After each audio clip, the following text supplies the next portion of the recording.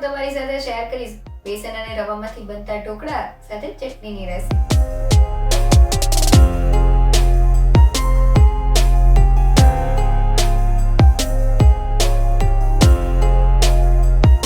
તો કોઈ પણ જાતના મેજરિંગ કપના ઉપયોગ વગર આજે આપણે ઘરમાં રહેલી વાટકીના માપથી ઢોકળાનું પરફેક્ટ બેટર બનાવશું અને ઢોકળાને ઘરની રેગ્યુલર કઢાઈમાં એકદમ ફટાફટ સ્ટીમ કરશું। એકદમ સિમ્પલ રેસીપી છે અને જ્યારે ઢોકળા ખાવાનું મન થાય કે ઘરમાં કોઈ મહેમાન આવવાના હોય ત્યારે ફટાફટ તૈયાર થઈ જાય છે। તો ચાલો રેસીપી શરૂ કરીએ। લખેલી રેસીપી વિડીયો સાથે જોવા માટે ગૂગલ પ્લે સ્ટોરમાંથી ડાઉનલોડ કરો નેહાસ કુકબુક એપ। ટેસ્ટી અને ઝટપટ બની જતા ઢોકળા બનાવવા માટે મેં અહીંયા 1 વાટકી જેટલો ચણાનો લોટ લીધેલો છે। તો માપ માટે તમે ઘરમાં રહેલી કોઈ પણ એક વાટકી સેટ કરી લ્યો અને તે વાટકી પ્રમાણે તમારે 1 વાટકી જેટલો ચણાનો લોટ લેવાનો છે। સાથે તે જ વાટકીના માપથી મેં 1 વાટકી જેટલો ઝીણો રવો લીધેલો છે। જો ઘરમાં જાડો રવો હોય તો તેને મિક્સર જારમાં પીસીને આ રીતનો ઝીણો કરી લેજો। તો જેને એકદમ સહેલુંમાં વાટકીના માપથી મેં ચણાનો લોટ અને રવો સરખા પ્રમાણમાં અને 1 વાટકી જેટલો લીધેલો છે।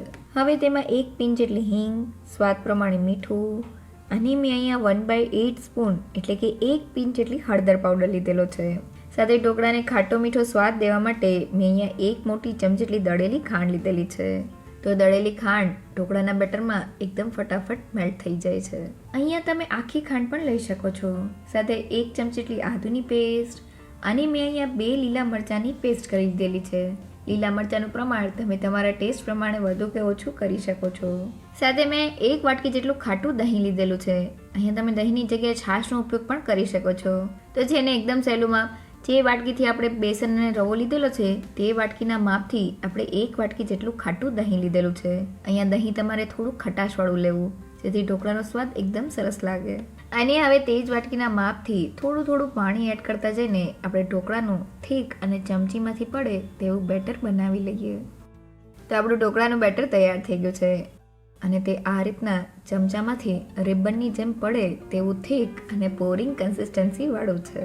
તો આ રીતનું બેટર તૈયાર કરવામાં મારે 1 વાટકીમાં ફક્ત 1 મોટી ચમચી જેટલું જ પાણી વધેલું છે। તો હવે તૈયાર થયેલા બેટરને આ રીતના વિસ્કરની મદદથી એક જ ડાયરેક્શનમાં એકદમ સારી રીતે ફેટી લઈએ। તો ઢોકળાના બેટરને ફેટવાથી તેમાં હવાના કણ ભરાય છે અને આપણા ઢોકળા એકદમ જાળીદાર અને સોફ્ટ બને છે। તો બેટરને ફેટતા લગભગ 4 થી 5 મિનિટ જેવું થઈ ગયું છે અને તમે બાજુની સ્ક્રીનમાં જોઈ શકો છો કે બેટરનો કલર પહેલા કરતાં બદલાઈ ગયો છે। સાથે તે એકદમ સારી રીતે ફેટાઈને ફ્લફી થઈ ગયું છે। તો હવે બેટરમાં 1 મોટી ચમચી જેટલું તેલ એડ કરીને તેને સારી રીતે મિક્સ કરી લઈએ। તો ઢોકળાના બેટરમાં થોડું તેલ એડ કરવાથી ઢોકળા ઠંડા થયા પછી પણ એકદમ સોફ્ટ અને મોઇસ્ટ રહે છે। તો હવે તૈયાર થયેલા બેટરને ઢાંકીને 20 થી 25 મિનિટ માટેનો રેસ્ટ આપી દઈએ જેથી તેમાં એડ થયેલો રવો એકદમ સારી રીતે ફૂલી જાય। તો આપણું બેટર રેસ્ટ કરે છે ત્યાં સુધી ઢોકળાને બનાવવા માટે મેં અહીંયા કડાઈમાં 2 કપ જેટલું પાણી ગરમ કરવા માટે રાખેલું છે। અહીંયા તમે કડાઈની જગ્યાએ સ્ટીમરનો ઉપયોગ પણ કરી શકો છો। હવે તેના સેન્ટરમાં આ રીતના કાંઠાને રાખી દઈએ અને ઢાંકણ બંધ કરીને પાણીને 5 મિનિટ માટે ગરમ કરી લઈએ। તો ઢોકળા બનાવતા પહેલાં સ્ટીમર કે કડાઈમાં પાણીને થોડીવાર ગરમ કરવાથી ઢોકળા એકદમ ફૂલેલા અને પરફેક્ટ બને છે। તો લગભગ 20 થી 25 મિનિટ જેવું થઈ ગયું છે અને બેટરને જોઈએ તો બેટરમાં એડ થયેલો રવો એકદમ સારી રીતે ફૂલી ગયો છે અને બેટરની કન્સિસ્ટન્સી આ રીતના ચમચામાંથી પડે તેવી પોરિંગ જ છે। જો આ સમયે તમારું બેટર થોડું પણ થીક લાગતું હોય તો થોડું પાણી એડ કરીને બેટરને આ રીતનું પરફેક્ટ કરી લેજો। તો હવે તૈયાર થયેલા બેટરમાંથી ઢોકળા બનાવવા માટે મેં અહીંયા 1 પેકેટ રેગ્યુલર ફ્લેવરનો ઈનો લીધેલો છે।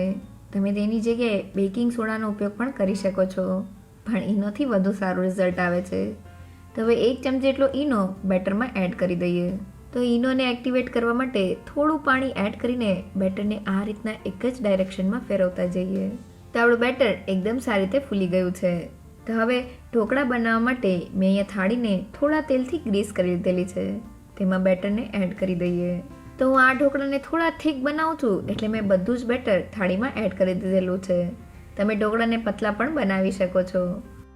તો હવે ઢોકળાને રાખવા માટે ગરમ કરેલી કઢાઈનું ઢાંકણ ખોલી દઈએ અને થાળીને આ રીતના સેન્ટરમાં રાખી દઈએ અને હવે ઢાંકણ બંધ કરીને હાઈ ગેસની ફ્લેમ પર ઢોકળાને 15 મિનિટ માટે સ્ટીમ કરી લઈએ। તો ઢોકળાને સ્ટીમ કરતી વખતે આપણે ગેસની ફ્લેમ હાઈ જ રાખવાની છે, જરા પણ લો નથી કરવાની।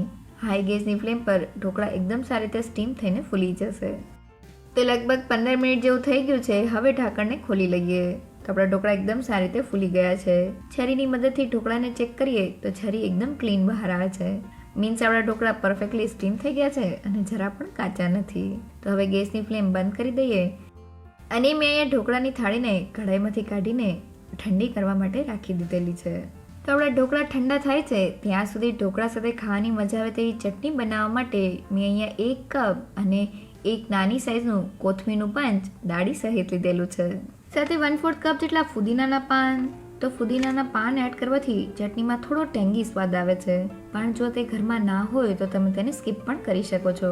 સાથે 1 ઇંચ જેટલો આદુનો ટુકડો, તીખાશ માટે 2 થી 3 લીલા મરચાંના ટુકડા, અડધી ચમચી જેટલું જીરું, સ્વાદ પ્રમાણે મીઠું અને ચટણીને ચટપટો સ્વાદ દેવા માટે 1 ચમચી જેટલી ખાંડ અને અડધા લીંબુનો રસ એડ કરી દઈએ. અને ચટણીને થિકનેસ અને સ્વાદ આપવા માટે મેં અહીંયા 3 થી 4 નંગ જેટલા ઢોકળાના પીસ લીધેલા છે. તમે તેની જગ્યાએ દાળિયાની દાળ કે પછી સિંગદાણાનો ઉપયોગ પણ કરી શકો છો. અને હવે પીસવા માટે 1/4 કપ જેટલું પાણી એડ કરીને બધી જ વસ્તુને ગ્રાઇન્ડ કરી લઈએ.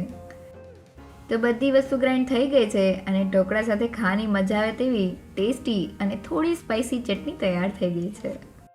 તો લગભગ 5 થી 7 મિનિટ જેવું થઈ ગયું છે અને આપણા ઢોકળા એકદમ સારી રીતે ઠંડા થઈ ગયા છે. તો હવે છરીની મદદથી ઢોકળાના પીસ કરી લઈએ. તો ઢોકળાના પીસ એકદમ સારી રીતે થઈ ગયા છે.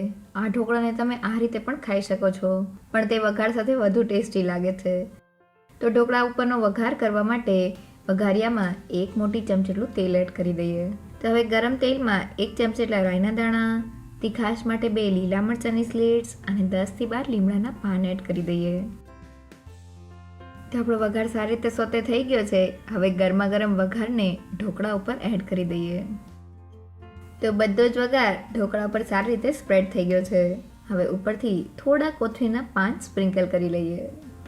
તો આપણા એકદમ ટેસ્ટી ઢોકળા તૈયાર થઈ ગયા છે. તૈયાર થયેલા ઢોકળાને ડીમોલ્ડ કરીને બતાવું તો તમે જોઈ શકો છો કે ઢોકળા એકદમ સ્પોન્જી અને જાળીદાર તૈયાર થયા છે. જેને બનાવવા એકદમ સહેલા. તો અચાનક કોઈ મહેમાન આવે કે પછી ઢોકળા ખાવાનું મન થાય ત્યારે એકદમ ફટાફટ બની જતા બેસન અને રવાના ઢોકળા સાથે ચટણી ઘરે બનાવવા માટે લખેલી રેસીપી જોતી હોય તો મેં વેબસાઇટની લિંક ડિસ્ક્રિપ્શન બોક્સમાં આપેલી છે. જો તમને મારી આજની રેસીપી ગમી હોય તો મને કમેન્ટ સેક્શનમાં જરૂરથી કહેજો. સાથે મારા વિડીયોને લાઇક અને ફ્રેન્ડ્સમાં શેર કરજો અને મારી ચેનલને સબસ્ક્રાઈબ કરવાનું ના ભૂલશો. તો ફરી મળીએ એક નવી રેસીપી સાથે.